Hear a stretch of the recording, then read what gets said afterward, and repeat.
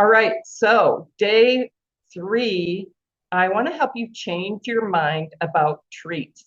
And I'm getting more and more confrontive about this. I'm realizing, okay, I kind of wanted to dance around it because people are really scared, and I really understand people being really scared or really resistant to the idea of I got to give up my treats. And that's not exactly what I'm saying, but there is a real change that we need to make in terms of eating an abundance of highly nutritious foods and really changing the value for those things that we call treats. And so today is all about maybe the idea that they're treats is wrong, right? So rethinking weight loss, if we're overvaluing the non-nutritious stuff and undervaluing the nutritious stuff, we're in trouble. And there's a lot of indications we're in trouble, right? All right, so the third day of the 5-day challenge to a slender, healthy eating psychology, right? So the first day we talked about the true answer to how to get healthy, natural, sustainable weight loss is truly healthy eating. And that's very different from what we think. Even if we're smart and well-read, we don't have healthy eating figured out. This is the part of the confrontive thing is I've met hundreds of people now who think they're eating healthy. And when we dig into it and they learn what I teach about healthy eating, they go, yeah, I wasn't eating this healthy. And we saw that less than 30% of the American diet, this is also true in the UK, et cetera, is actually truly nutritious foods. So we can be doing way better than most people around us and still not be eating that healthfully. But it's not that hard to learn what's actually healthy eating, but we have to see the problem in a more real, honest way. And then yesterday I talked about why eat less is not the answer. A really important understanding, right? Yeah, so what works for natural weight loss that lasts, that isn't like I forced my body and now it's fighting back, weight loss that lasts, that's a reset to slender, what works is truly healthy eating. And so I'm gonna make that point more clearly each day. It's a lot simpler and more natural than people think, but it does require getting a lot wiser and more informed about what truly healthy eating is. So I hope day 1 you got an inkling why what we know has so much wrong mixed in. Our food environment has dramatically changed, and there's now way too much non-nutritious, highly processed food-like substances, and there's way too little highly nutritious foods in our diets. So to even see and understand what truly healthy, slenderful eating is takes as much unlearning as learning. Louise has been in my program, so she knows that. I bet she can let you know. It's a lot of unlearning things that we learned that seemed right for a long time. And so that's one reason I do these events, to help people get much more ready and prepared to take in the information that will change everything. Because as long as our head is full of information that's wrong, we can't even take in. This is what I found with myself as well. We can't even take in the information about what actually works until we let ourselves let go of some of the information that's in the way that's wrong. Welcome back to people I haven't welcomed yet. All right, and so yesterday we talked about this. Eat less to lose weight is terrible advice. I get emotional about this. It's what our doctors are telling us. It's what our dietitians are telling us. It's what the articles and the books that we read tell us. And here we are trying to educate ourselves. And way too much of the information out there is misleading us. A calorie is not a calorie. Focusing on calories is the wrong approach. Our body does not do the same thing with 100 calories of berries as it does with 100 calories of processed foods. And the idea that all we got to do is manage our calories leads us to behaviors that are really harming our results. Do you guys know about the cookie table in Pittsburgh? I don't know, in certain parts of the country, at the wedding, there's not just a cake, not just a gorgeous cake, but there's also this cookie table, and people make lots of cookies, like enough for everybody to have, you know, several while they're there and take a bunch home. It's a thing, it's a tradition. And so I always think about Michaelina, this beautiful, very put together, very smart and wise woman who just was saving. She was very disciplined about managing her calories. She would save her calories. Oh, we're going to a wedding tomorrow. I'm not going to eat today so that I'll be ready to enjoy the cookie table. So I have a picture of her pointing to the cookie table after she's changed her whole approach to eating and she's gotten slender again. Here's the beautiful cookie table. I'm not going to eat anything there, right? So this whole idea, though, that we can just barter with our body, I'm just going to not eat anything today. I'm going to fast, and tomorrow I'm going to eat junky stuff, but it's just kind of a treat. It's just kind of a special occasion. But the whole idea that all I got to do is manage my calories is messed up. It doesn't make sense. It's not a good approach to our body. But these terrible ideas are what we grew up with our whole lives, and they lead to really unhealthy eating and seriously terrible results, right? So that most of us now are overweight, and most people in their later years have developed serious progressive diseases that are driven by metabolic dysfunction. So very consistent that we develop overweight, excess fat storage, along with prediabetes, diabetes type 2, high blood pressure, heart disease, also pain and inflammatory disease, arthritis, also cancer and dementia. All these things are linked to our processed food rich diet.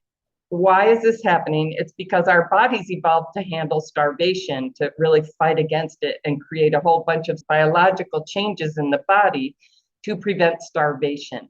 So when we're saving our calories, we're fasting and we're saving our calories for the cookie table, our body perceives that as we're in trouble. We're not getting enough nutrition. And when you think about that statistic, that less than 30% of the food in our environment is actually real nutritious foods, our bodies are in a constant state of perceiving we're starving. No matter how much we're eating, they're perceiving starvation. So our bodies are designed to do that, and they've been doing that. Human body has been doing that for millennia.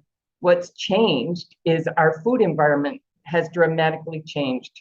So ever since, certainly since the 1960s especially, and 70s, our food environment is full of low quality food-like substances. And our bodies are designed to respond to that with raising blood sugar, raising blood pressure, storing excess fat, etc. This becomes a particular problem for a lot of us. We were able to sort of get away with eating the Western diet, our best version of the Western diet, what we consider to be our healthy eating approach within the Western diet. Now, our estrogen changes, drops a lot, and now it's not going to work to undernourish our bodies. We are going to feel like, oh my gosh, am I getting older fast? Am I starting to have a lot of symptoms that I never used to have? For me, it was brain fog, and it was insomnia, and it was hot flashes, and it was weight gain. And I was developing prediabetes, and I was having so much pain and inflammation that I really couldn't even walk anymore. I couldn't even do the grocery shopping sometimes. I definitely couldn't go for a hike in the mountains anymore. And it was really scary. Like, what is happening? How come I'm getting so old so fast? So in our current undernourished food environment, when we are undernourished to start with, and then we lose estrogen, this really starts to show up as symptoms of aging quickly. I thought of it like, I don't seem to be getting away with my healthy eating, my version of healthy eating anymore. It looks like I'm going to have to learn something different. And I was crying because I thought, well, this means I'm not going to be able to eat the things I really love. And we'll talk a lot more about that tomorrow. But part of what I'm pointing out is maybe we don't need to love those things. Maybe we don't need to consider those treats. Maybe that is what I want to change. The food that I value the most versus the food that I don't value as much, right? So we're not going to get away with this. We've been undernourished most of our lives in this society. And it's been very normalized to eat more non-nutritious food-like substances than we admit or realize. And our body is showing us we can't do that anymore if we want to feel well and live well till the end of our lives. Now, at this point, especially once our estrogen has changed, if we want to feel and function well, we have to learn what truly healthy eating is. so our biochemistry can function for our health and wellness instead of functioning for survival, right? So my highly indulgent eating felt really important to me at that stage of life in my 50s. But it was also, I understood it's probably contributing to my being so overweight. It's probably contributing to prediabetes. So I think it really helped me the more I studied this to see our food environment is deranged. The way I learned to eat is way farther off than I realized. So I go to the marketplace and I read books and I read articles, and it's basically feeding me so much misinformation that I'm just tweaking. I'm just doing a little better than other people who are eating terribly. We're all eating terribly. It's worse than we think, right? And so I'm showing that graph again of how much sugar we're consuming in a year, right? We went from 4 pounds a year in 1700 to 180 pounds of sugar a year in 2012. Our bodies can't handle this. Our bodies are handling this. They're putting us into a metabolic state to keep us from starving, right? We don't want to give our body that. Plus, I'm going to talk in a minute about how toxic it is in our system. We live in a low nutrition environment and metabolic disease is rampant. A lot of doctors think most of us now have metabolic disease. You know, you go to the doctor and they measure your cholesterol as if that's the most important thing. Without going into all that, we don't get measured for metabolic functioning, really, right? It's not as easy to measure by any means. They can measure our blood sugar, our fasting blood glucose, and that gives us some information. But the reason that I can only say doctors think most of us have metabolic disease is because it's not something we can just easily measure with everyone when they go to the doctor. So to shift out of that position of a low nutrition diet and metabolic disease requires clarity and intention. Like I talked about Lily's story yesterday, starting to eat an abundance of highly nutritious foods and putting the non-nutritious food-like substances aside changed everything. She was trying to starve herself into weight loss, and it was working very poorly, as it does, as the research shows. But it turns out it's very simple and smart and rewarding to eat in a truly healthful, slenderful way, day after day, year after year. Like my Slender for Good clients tell me all the time, this is easy and it makes sense and I enjoy it. And there's no reason I wouldn't do this anymore. But it starts with being more aware of how deranged our food environment is. Because if we just kind of go with the flow with our food environment, we're eating way too much non-nutritious food-like substances and way too little highly nutritious foods. So I mentioned the graph about sugar. As far as the food pyramid, again, the bottom of the food pyramid, what got promoted to us is you should eat lots of breads and crackers and pastas, lots of things that are made from flour. So basically the food industry is sending us toward highly processed, shelf-stable, highly profitable stuff that's not actually good for our bodies. In many ways, it's quite toxic and it's driving metabolic disease. I have another statistic about the rating of the nutritional quality of the American diet on a scale of 1 to 100, where 100 is a highly nutritious diet. The rating was 11 out of 100. I got to find that again so I can show you where to find it. If you hear that statistic, the other statistics I've shared, you can see why doing better than the average person is not going to be good enough.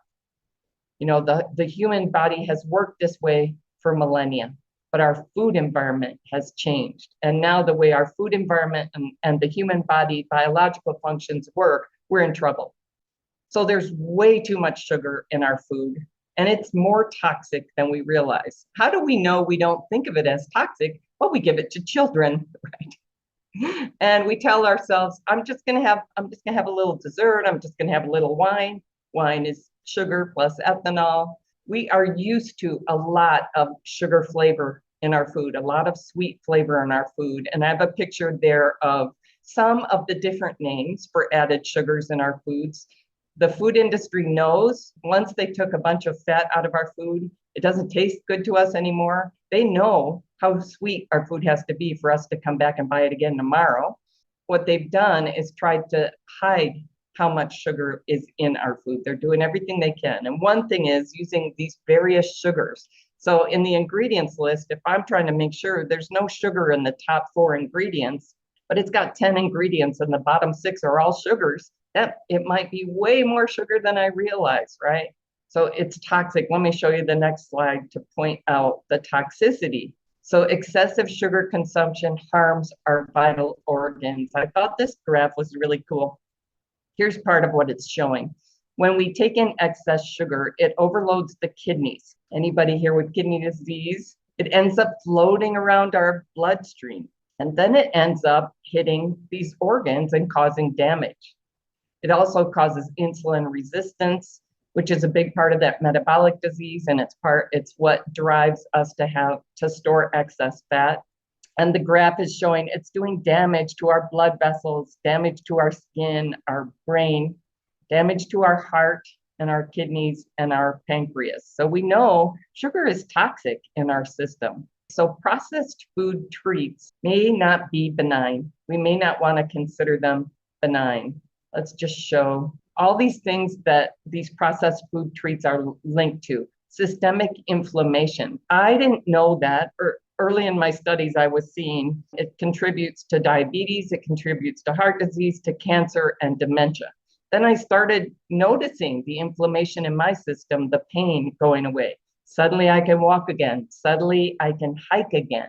All those things changed along with the weight basically kind of falling off. It has partly to do with when we don't eat enough of the nutritious foods, and it has partly to do with eating too many toxic things that we tend to call treats. When we call them treats, we're treating them as though they're benign. But as I started studying this stuff, I started realizing they're not actually benign. Well, we kind of know I don't eat too much of this. I'll just have a little of this. And we'll talk a lot more about what do we mean by a little and how little is little enough to not have all these negative effects in our body. So part of what's happening is when we eat processed treats, non-nutritious food-like substances, it's changing the gut microbiome. There are more bacterial cells in our body than there are human cells in our body. So we got to coexist with these guys. When we completely change the gut microbiome and make there be a lot more of the bad bacteria that want sugar, we feel totally different, and we get lots of inflammation in our system, and we get low energy and all those things. So this is one thing we see is when people or animals eat highly processed food-like substances, they get systemic inflammation and they get a change in their gut microbiome. So I really didn't know that. It was amazing to me when the inflammation all started going away, because I had lived with inflammation since an injury in high school. I had lived with pain, and I had found ways of coping with it, including drinking alcohol. Like, oh, I don't know, I just got to do something to be able to sleep, right? All that stuff really went away when I changed my eating, cut these things out, and gave my body abundant, highly nutritious foods. And it makes me want to cry because I didn't grow up knowing this. You know, at least I figured it out by the time I was 55 and was able to turn all this around. Now it makes me really mad that the processed food industry spends $14 billion on marketing, just on marketing. They know how much sugar they got to put in things for us to like them, for us to feel like that tastes right to me. And then they spend $14 billion a year on marketing to tell us these things are pretty good for us. They're pretty benign. I'm kind of mad about that. So I'm changing my mind about that whole idea and all the thoughts that go with this. I'm just going to have a little. It won't hurt anything. I'll make up for it tomorrow. I deserve it. Ching, ching, ching, ching. I have a whole litany of phrases that came through my head to tell myself why it's okay to have more of that stuff than is going to be good for me. I don't think it's that bad for me, right? I had a lot of those. So they're linked to systemic inflammation, to hormone dysregulation. We talked about several of those hormones yesterday. The hormones that regulate whether we feel hungry or satisfied get very dysregulated. So these metabolic researchers believe that most of us now are leptin resistant. It changes how cortisol functions in our system. So we get excess cortisol in our system, more anxious, more sleepless, right? And it changes how our insulin functions. So when we eat, instead of getting energy, we store that for later. We store excess fat, right? That's the thing we need to change. It's flipping a switch. I'll talk about that more in a minute. We get hardened arteries, more likely to get hardened arteries, heart disease, and stroke, and high blood pressure. We're more likely to get cancer, which is related to inflammation. And so it's the processed food treats that are causing some of the inflammation. Also, when we're not getting enough of the nutritious foods, our body isn't strong enough to fight off cancer, which it has to do every day. We get diabetes and we get dementia, again, related to inflammation and excess sugar in our system. So we've all heard these things aren't good for us. How do we justify keeping them in our diet? So in addition to the processed food marketing, there's just a lot of cultural arguments. Just have a little. We should moderate everything. And I'll talk more about that tomorrow, because getting wise to those lies and that bad advice is part of the way we're going to find our way out. So as I talked about yesterday, I just want to reinforce this idea today. Researchers understand this as it's not just that we're gaining weight. That's very concerning. 80% of us now overweight and obese. This is not natural for animals. It's also that we're developing diabetes at this incredible rate. We're developing heart disease and high blood pressure at this incredible rate. What is going on? So researchers realized this looks the same as animals, what happens with animals living in low nutrition environments. So they will, even in research conditions, or they will just in observation conditions, observe animals. I always think about this one weird study where these goats started eating urine-soaked rat's nests. And the researchers, they knew these guys were in a low nutrition environment. So they thought, why are they doing this? That can't taste good. And they discovered that taking in that urine helped the animals make better use of the nutrition they were taking in. But basically, our bodies are going to drive us to eat more if they perceive that we're in a low nutrition state. And when animals are in a low nutrition state, they do tend to eat high calorie things. They look for sweet things. They gorge. They are extra hungry, ravenous. They're foraging for more food, and they start storing excess fat. Their metabolism starts slowing down. So it's very much like bears getting ready to hibernate. They need to put on excess fat because they're going to live off that fat for several months, right? Both for their water source and for their calorie source. So they're putting on excess fat both by eating a lot more, eating as much as they possibly can, staying awake to eat, right? And by their metabolism slowing down. So they eat more and they use less energy. They store more fat. They conserve energy to survive. This is what it looks like is happening with the population of Americans and people in the UK and all over the world who have taken up the Western diet. The fattest survive, right? This is not, so we're not going to live our best lives if we're 60 pounds overweight, et cetera. We're not going to feel well. We're going to feel hungry. We're going to feel slowed down.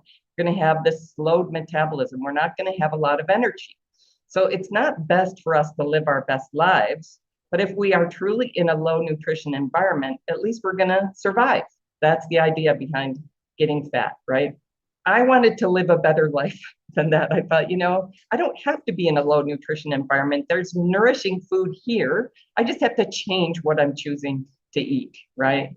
So biologists say, so scientists say, it looks like what happens is in a low nutrition environment, not getting enough nutrition, not getting enough nutrition, not getting enough nutrition, flips a switch to store excess fat, to slow our metabolism, to drive us to be hungry and to drive us to be anxious. We can flip the switch back when we change our eating. It's a biological switch we need to flip so that leptin starts functioning differently. So I feel hungry when it's time to eat. The rest of the day, I don't feel hungry. This is what I hear from people who start doing slender weight eating very quickly. I'm amazed, I'm losing weight, I'm eating a lot of food, and I'm not hungry, right? I hear this all the time. It's very reinforcing to me, right?